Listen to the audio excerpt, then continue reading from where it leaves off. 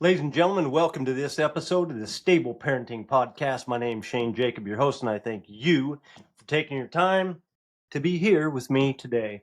You know, I got on kind of a crazy shirt. I thought I had an idea, and I was telling somebody about it, and they're like, "That's crazy." So I thought, maybe my crazy shirt will go with my crazy idea, but I don't know. I don't think it's a crazy idea. Let's see what you have to think. You know, there's been a lot of talk about I've heard a lot of complaint and a lot of noise over the last few years about how young people mainly choose to identify. Okay, and I have to tell you, I believe it's the teens, not the adults, the young people who have it right. Okay, mostly. So, we've been introduced to a lot of new words as far as sex or non-sexed identification, just such as they or it, or identifying. We've heard of people identifying as animals, such as cats or other real or fictional creatures, and it's created quite a bit of controversy. And some people been quite outspoken about it, and how they feel about people identifying as sexes that their body defines as different than their preferred identity. And apparently there's individuals also out there that have a problem with minor children identifying as animals such as cats in classrooms and using litter boxes in public classrooms rather than a proper restroom. I don't know. I guess people, for some reason, some people out there disagree with that. Excuse me, that happening, if that's in fact does happen. And I'm here to tell you, it's the adults and the naysayers that have it wrong on this, okay? Not necessarily the contemporaries that are identifying as this, that, and the other. In some respects, the people that I'm hearing from are mostly like upset and appalled, but just I believe that it's the identifiers that are straight up right on track. And here's the thing: most of the adults that I talk to they're pretty certain. They don't have any questions about what sex they are and what species they are. But I'll tell you one thing that they can't do, that they're not certain about. They can't list 3 things that they believe to be true about themselves. Okay. Most of us just don't identify on purpose. We haven't made a conscious choice about what we want to believe about ourselves. Okay. We have not made a conscious choice about what we want to be true about ourselves. We just kind of let it happen, or haven't really done much about it, haven't been aware, don't know it's important, haven't really thought about it, and so on. And here's why it is important. Okay. Because no endeavor will yield more benefit to the quality of your life than committing to the pursuit of I'm getting my tongue tied. I'm going to start over from the top. No endeavor will yield more benefit to the quality of your life than committing to the pursuit of developing an unconditional loving relationship with yourself that contains self-beliefs of your choice. No endeavor. Okay. That's a quote by Shane Jacob. No endeavor will yield more benefits to the quality of your life than what we're talking about right here, than what you identify as, okay? What we believe about ourselves or how we identify is the biggest factor in determining the results in our lifetime. And if we don't choose how to identify on purpose, our brain, our natural default brain, is deciding for us, okay, whether we know it or not. Our brain produces thoughts that we accept over time. We accept as beliefs, and those beliefs may or may not be helping us get what we want. Okay. In the book I'm writing, the title is The One Horse Race. And inside of that, I say this. I say that nothing will have a greater impact on your results in this lifetime than the beliefs that you hold to be true about yourself. And when you become aware of the importance of those beliefs, when you understand and accept that you can determine your beliefs and choose what you want to believe, then take deliberate and consistent action to develop those beliefs, you'll experience a whole new level a whole new level of progression and evolution that will not have otherwise been possible for you, period. And the point is, okay, the point that I'm trying to make here is that most of us who are complaining about how teens and young people and others are identifying, we're not identifying ourselves as anything, okay, other than a bunch of default settings that are limiting beliefs.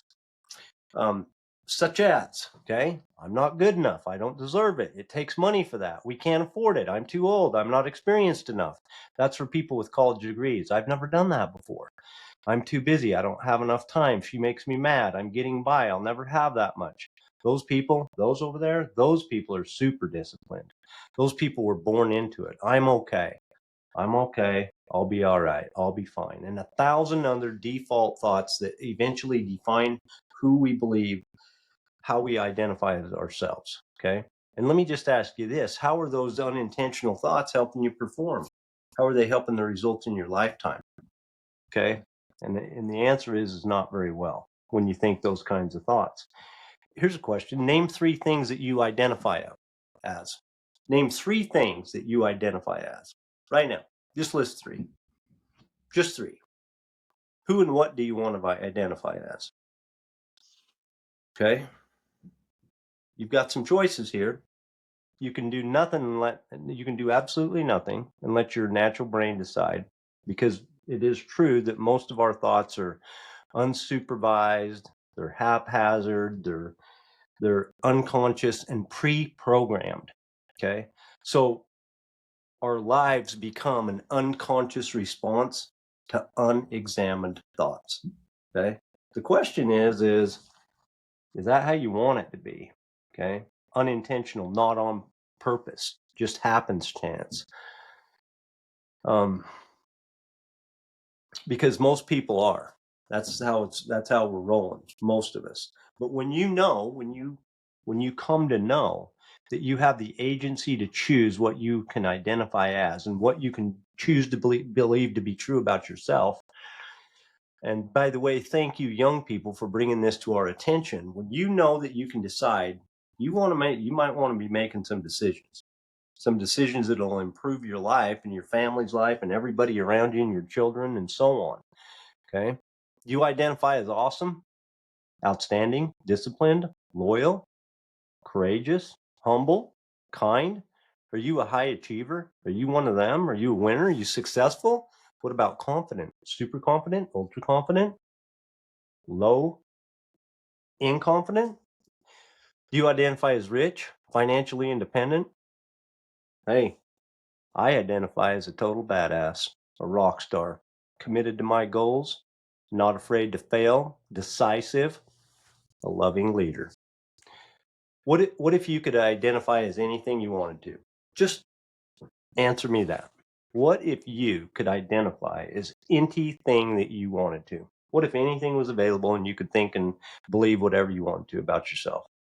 Yes, you, parent or child, anything you wanted. And what if what you chose to identify as made a significant difference in your life and affected and influenced everyone that you interact with from now until the end of it, from the end of your life? Okay. Now, I'm not saying that identifying as a different sex than your original biology is necessarily helpful, or that thinking you're a different species is a solid life plan. Okay. I'm not saying that. What I am saying is that if we pay attention to the core message of at least we can know, or at least we can know that we can choose, that we can have the agency, that put some thought into it for ourselves rather than sit around and complain about what some other people, a small minority, might be doing. At least we can see and pay attention if we can see that. And if we choose to make those decisions on what we want to be in this lifetime, and then go for it. Okay. Choose what you want to identify as and then become that person. Live on purpose. Okay. I'm not Catholic. Matter of fact, I'm a member of the Church of Jesus Christ of Latter-day Saints, but I heard a Catholic priest in a graduation ceremony recently say something that I completely agree with, and it's this: whatever, however you identify yourself, your primary identity is that you were a son or daughter of God. Now, I believe that about me, and I believe that about you. And I believe that you are destined for greatness. And I know that you can believe whatever you want to about you. And I hope you'll consider what you want to believe about you, because it's available, and it is going to make a difference. It makes a difference every second of every ounce of every bit of life you got. And I also believe, my friends, that you cannot fail as long as you don't ever stop chasing it. Thank you for being with me. Stay with me. We'll see you soon.